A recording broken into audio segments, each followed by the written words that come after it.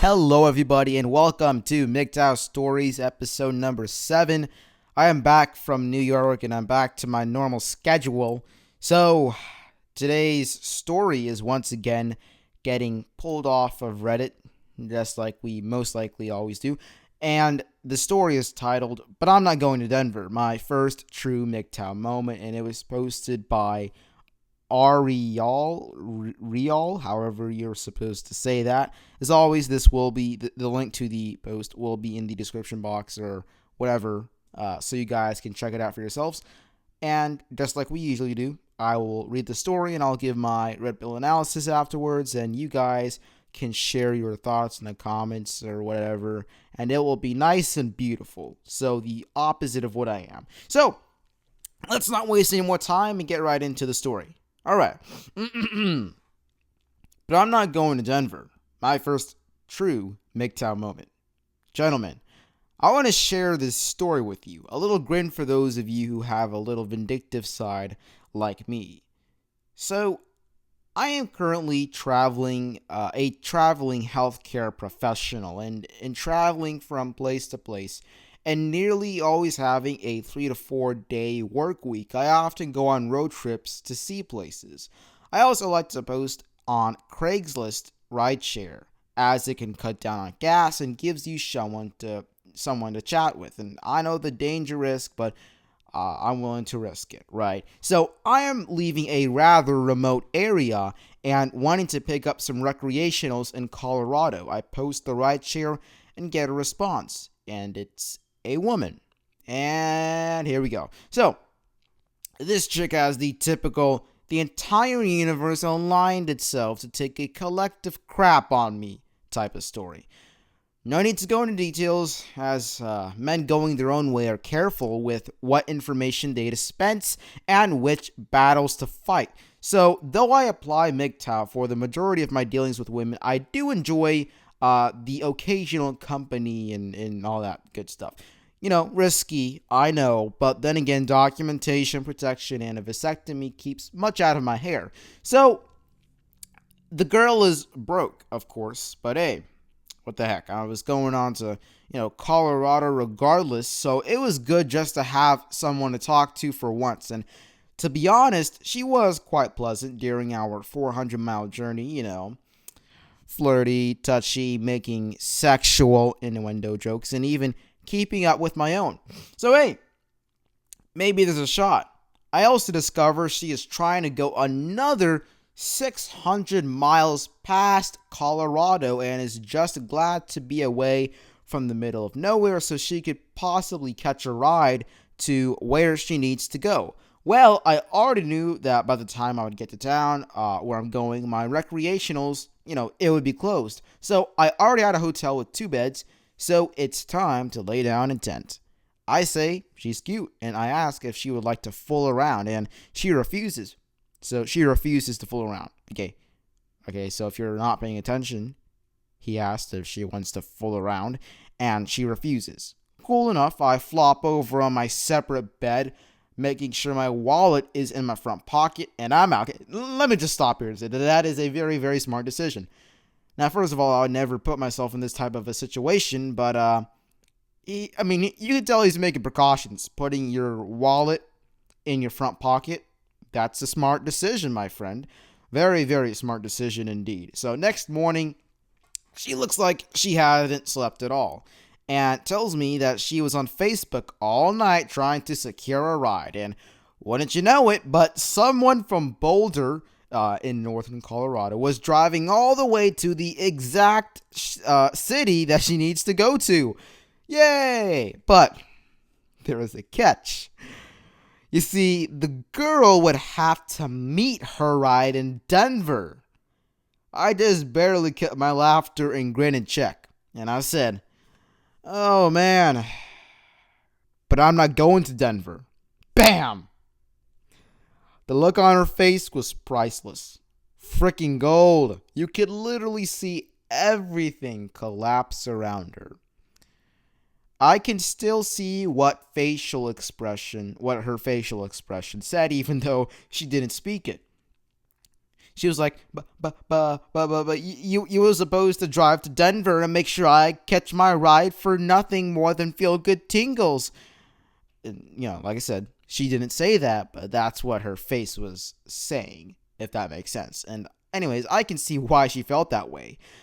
By all the appearances and vibes that I give off, I'm a Webster's entry for a nice guy, but in truth, a closer inspection will reveal that I am just the mummified corpse of a nice guy. Appearance, yes, but it's only a facade. So, I drop her off at a bus station or a pet store. It's like a combination of both. That opens at 9 a.m. Long after her ride would have passed through Denver. All the while she is going through that quiet, freaking out and panic phase that Caucasian women do so well.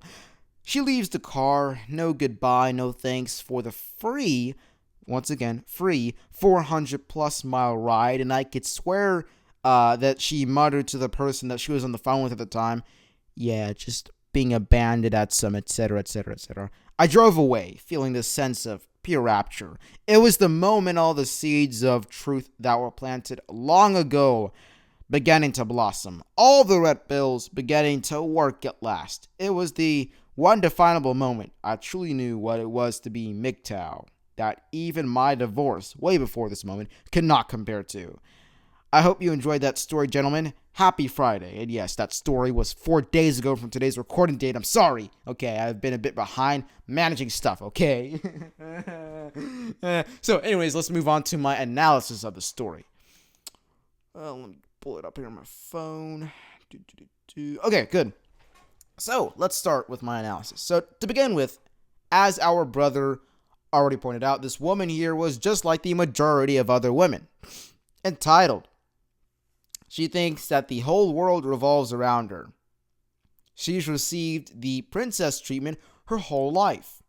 Now, there's not much to analyze here until our brother gets to the hotel with this woman that he's taking with him for free. Alright. So, as already pointed out, she's broke. So, the likelihood of her paying him via money is quite low.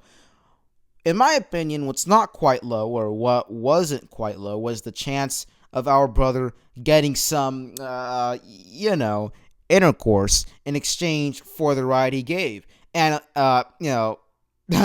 he looks like that he's down for, how should I say this, reproduction rituals. But, as we already know, that didn't happen. However, in my opinion, he could have, done the reproduction rituals. Now, let me also clarify that our brother here didn't really do anything wrong, okay? There are some things that I don't really agree with, but they're not like, those are more of personal disagreements more than MGTOW type of disagreements, if that makes sense. But based off of the information given to me, this woman here was trying to use sex as a way to manipulate our brother here. Now, for those of you who don't know, women are notorious for using sex to manipulate men, and that's what this woman here was attempting to do. Before arriving at the hotel, the woman told her brother that she needed to go beyond our brother's destination. In fact, that would be, what was it again? 600 miles beyond Colorado to be exact. That's about 6 hours away. It's a long time. Now, let's focus on how this woman viewed our brother. Like how she thought. Did she view him as a alpha male or was it a simp? Well, since he was giving her a ride for free, she viewed her brother as a simp, as a guy that she could use up just like she's most likely done to many other men. If you want to avoid this, well, I don't know, don't give free rides. And according to our brother, they have been a bit flirty during the ride to the hotel, so at this point, I'm pretty sure this woman has a plan in place. And if you think otherwise, let me know in the comment section below or email me or whatever. But anyways, I'm pretty sure that her plan was to tease him until he would take her to her final destination. Basically, she would use sex as a manipulation tool to get him to take her to Denver. She turned down his initial offer for sex in hopes that he would chase after her, meat sandwich. And when she tells him the next morning that she needs to meet her ride in Denver, he refuses to take her. She is then absolutely shocked that her genitals won't work this time. And I mean that their magical powers of manipulating men don't work for some strange reason. I mean, she's like, why won't my magical genitals work? They've always worked. Like, what? I don't get it. My magical genitals always worked. Why aren't they working? Do I need to return it or something? But hey, fair enough. It's like a free trial for an app. You can use the features up to a point, but after that, either you go for it or you don't get it at all, really. To clarify, our brother here did set himself up to give free rides, but he was aware of that and simply wanted company, and he took precautions to prevent any additional problems. Now, personally, I would just pick up men only to, avoid drama. So, don't set yourself up to be used up. However, that's not really the primary lessons of today's story. So today, I hope you learned what happens when women are denied the pussy pass and how women use sex to manipulate men. And don't forget that when you take away the powers of their magical genitals, they are in shock. Utter shock. God. Alright, guys. So, that's it for today's episode of MGTOW Stories, episode number 7. I hope you guys enjoyed it. Be sure to share your thoughts on this in the comment section below or email me. By the way, my email address is mgtowacademy.media@gmail.com. And if you want to follow me on Twitter, it's at all caps MGTOW followed by Academy. The first and Academy is capitalized. I don't run ads and I never will. However, I do spend time and a decent amount of time to make the content that I make. So donations via Patreon or PayPal would be appreciated. My PayPal address is mgtowacademy.media@gmail.com. And my Patreon is linked in the description or the episode information box. Wherever it is, you guys will be able to become a patron. Because, hey, I appreciate it.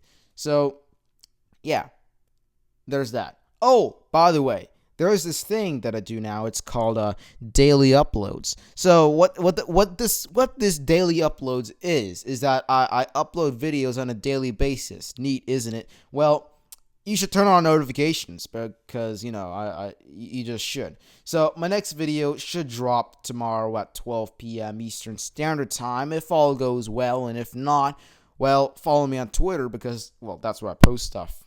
That's where I complain about problems. Oh, yeah, you can also get a spicy overdose of MGTOW memes on Twitter, but that's something else. That's something else. So, guys, I hope you enjoyed the series and enjoy the content that I put out. And, yeah. So, remember, man, that it's a dangerous world out there, so be sure to keep taking your daily doses of red pills and to stay safe. Everybody, this is MGTOW Academy, signing off.